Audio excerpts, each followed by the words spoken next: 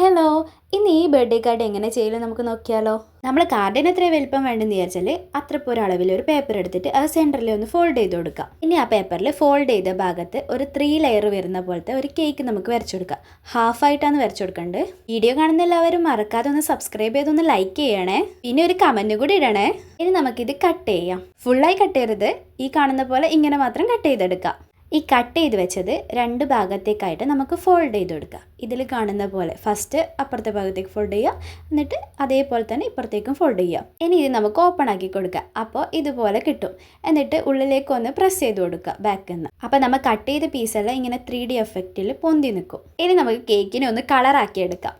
പിന്നെ paper cut ചെയ്ത് ഇതുപോലത്തെ കുട്ടി കുട്ടി ക്യാൻഡിൽസ് ഉണ്ടാക്കിയെടുക്കാം നമുക്ക്. ഇനി ആദ്യം എടുത്ത പേപ്പറിൻ്റെ അതേ വീതിയിലും നീളത്തിലും ഒരു പേപ്പർ എടുത്തിട്ട് ഇതേപോലെ ബാക്ക് കവർ ചെയ്ത് കൊടുക്കാം. ഏതെങ്കിലും ഒരു ഗ്ലൂ എടുത്ത് അത് ഒട്ടിച്ചു കൊടുക്കാം. ഇതൊരു ബർത്ത്ഡേ കാർഡ് ആയതുകൊണ്ട് ഹാപ്പി ബർത്ത്ഡേ എന്നും കൂടി എഴുതി കൊടുത്ത് പിന്നെ നമ്മളെ ക്രിയേറ്റിവിറ്റി എല്ലാം അതിൽ വരച്ചു കൊടുക്കാം. ഞാൻ അതിൽ കുറച്ച് ഫ്ലവർ ഹാർട്ടെല്ലാം വരച്ച് അതൊന്ന് ഫില്ലാക്കി എടുത്തിട്ടുണ്ട്. പിന്നെ അതേപോലെ നമുക്ക് ഫ്രണ്ട് പേജ് ഒന്ന് കളറാക്കി എടുക്കാം. ഇത് ചെയ്യാൻ ഇത്രേ പണിയുള്ളൂ. എല്ലാവരും ഒന്ന് ട്രൈ ചെയ്ത് നോക്കണേ.